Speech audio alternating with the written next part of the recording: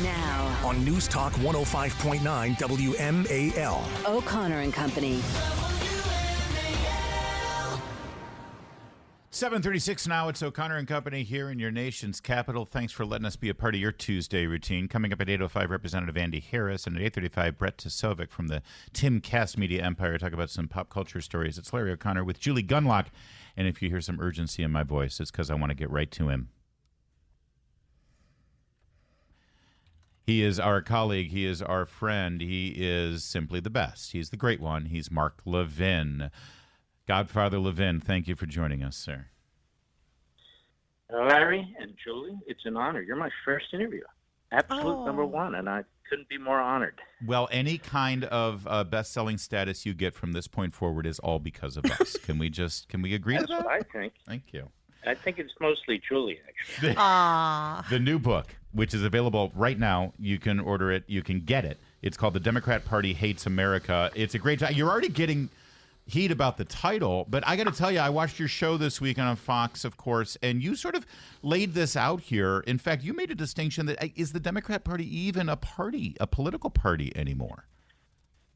Right. I mean, I don't play by their rules. I don't play by the media's rules. The fact is the Democrat Party has never accepted America. It's the party of the Confederacy. It's the party of slavery. It's the party of segregation.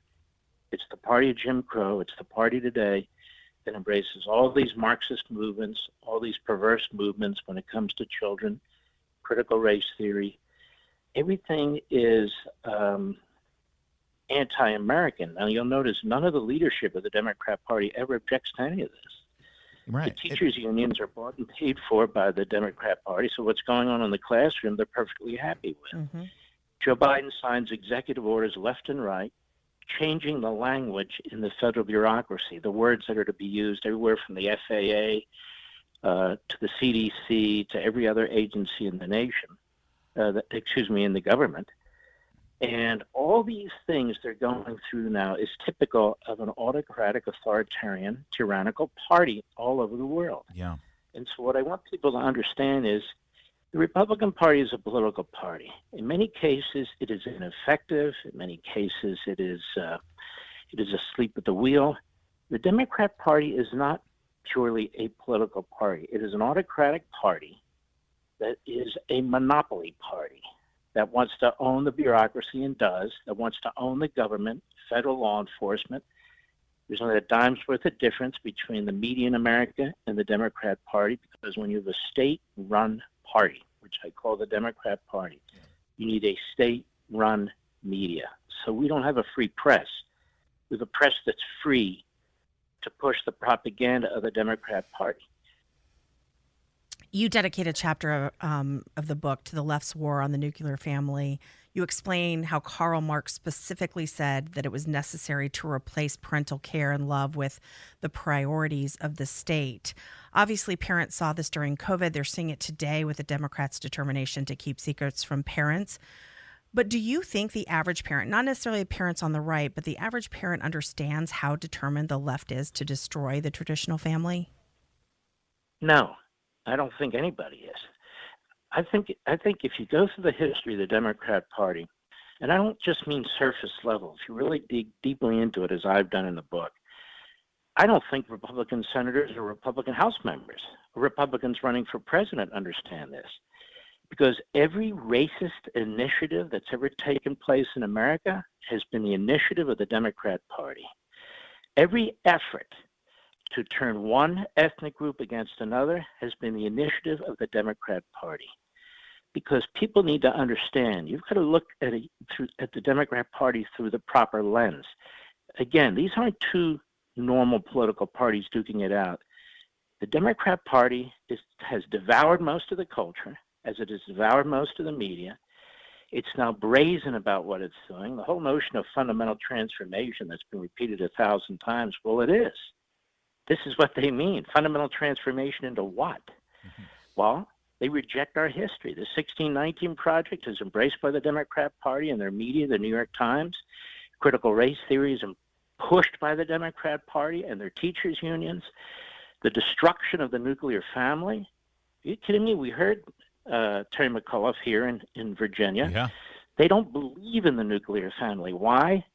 Their most reliable voting demographic, and this is all in the book, are single women who are childless. Yeah. Not the black community. That's the most reliable vote, and that's the gentrified people in the cities as well as in the suburbs. This is why it's abortion, abortion, abortion, abortion. People, what is this obsession with abortion? When you look at the Democrat Party through the lens of power, a wide open border, people say, why is the border open? The other thing to understand is when you see what's happening with inflation, now unemployment is skyrocketing. We're going to have shortages of fuel. You're going to see brownouts and blackouts. The border's wide open and all the rest. These aren't natural disasters. Who's causing this? Yeah. The Democrat Party. And so this is why I keep saying to people, we keep talking about these things as if they're just happening. We keep talking about Biden. We have an institution that is so poisonous and so hostile to our founding, to our history, to our morals, to our traditions, to our customs, to the nuclear family, to citizenship, and so forth and so on. It must be called out by name. We must assign responsibility for what it is doing. And that's why I call it. When I finished the book, I decided on the title. I said, well, what the hell am I going to call this? I'm going to call it what it deserves, that the Democrat Party hates this country. Yeah, that's Mark Levin, of course. The book is The Democrat Party Hates America, #1 at Amazon, thanks to us. And you should be buying it right now as well so you can get your copy. It's a great gift, too, because it does lay it out, and it'll equip you and your friends for this very important election season we're embarking upon. Mark, you make the point in this book that it's critically important because we know, there was a time when we had two political parties and they both said what they stood for, and when they got into power electorally, they would try to achieve it through political ends.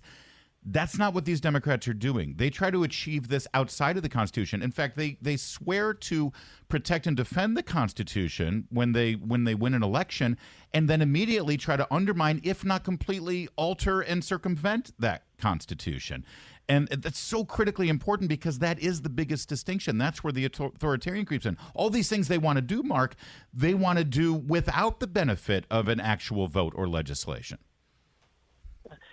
The massive bureaucracy, the fourth branch of government, isn't even in the Constitution. So we understand you need to have people enforce laws that are passed.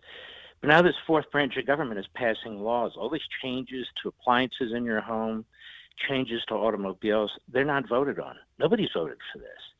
They took an act that was passed half a century ago to deal with the environment, water and air, and they have turned it, twisted it, expanded it, where they have all kinds of power to do all kinds of things, as if the incandescent light bulb is going to cause pollution and kill people. It is absolute insanity, and yet this power, it goes on and on and on. So representative government has been completely undermined. So who did this? Franklin Roosevelt did this. That's why he's an icon of the left. That's why Bernie Sanders talks him out. Even though Woodrow Wilson was a horrid human being and tried and was part of the intellectuals at the end of the 1800s and early 1900s who embraced Marxism and then called themselves progressives in order to camouflage it. He was for eugenics. Look, you can't have a perfect society if you have all these imperfect people. You can't improve and re-engineer society, which is what they want to do, if you have all these imperfect people. And the Constitution is what stands in their way. The Constitution limits their power. You have to read Woodrow Wilson. You have to read all these people, and I've read it all, and I'm explaining it all. I quote them. They don't hide what they believe. And Franklin Roosevelt comes in, and he blows out the Constitution. He blows out capitalism. He uses the Depression, which really was a horrible recession that they turned into a depression, went on for 10 years, which is absolutely unnecessary, because they kept centralizing decision-making. He had a brain trust. And so this is exactly what the hard left wants. Yeah. And so they celebrate this man who never lifted his finger for blacks, who was an anti-Semite. I get into the entire history of this man, his own words. Yeah. So it's important that we unravel what's taken place, all the lies about the history of the Democrat Party. This is the most comprehensive takedown of the Democrat Party, perhaps in history, certainly in modern history. I thought American Marxism was a seminal work. On freedom of the press, I still refer to, if not steal from, on a semi-regular basis. And I still think Liberty and Tyranny is the absolute definitive Mark Levin book. But my goodness, Mark, the Democrat Party Hates America absolutely is part of the Mount Rushmore of Mark Levin tomes that you got to have on your bookshelf. Congratulations on this. I know firsthand how hard you worked on this and how much you put into your book. Yeah. So after your book tour, I hope you're taking a nice long vacation with Julie. Three book signings, that's it. So no big tour anymore. I just can't do it. But I want to thank you and Julie and all the great people at WMEL, all of our listeners. It's a great station. Bill Hess, the other hosts are fantastic. It really is a fantastic station. I'm on many, many, many stations. WMEL is a standout. And I just want to be clear, when I said Julie, I meant Julie Levin, Mark's wife, not you, Julie Gunlock, although that Very would be confusing. fun too. Wait a minute. Very confusing. We got to figure that out, yeah. Thanks, Mark. Thanks, Appreciate it. God bless. Thank you. Bye-bye. It's 7:47. Let's go straight to Jamie Whitten in the Hatid carpet cleaning.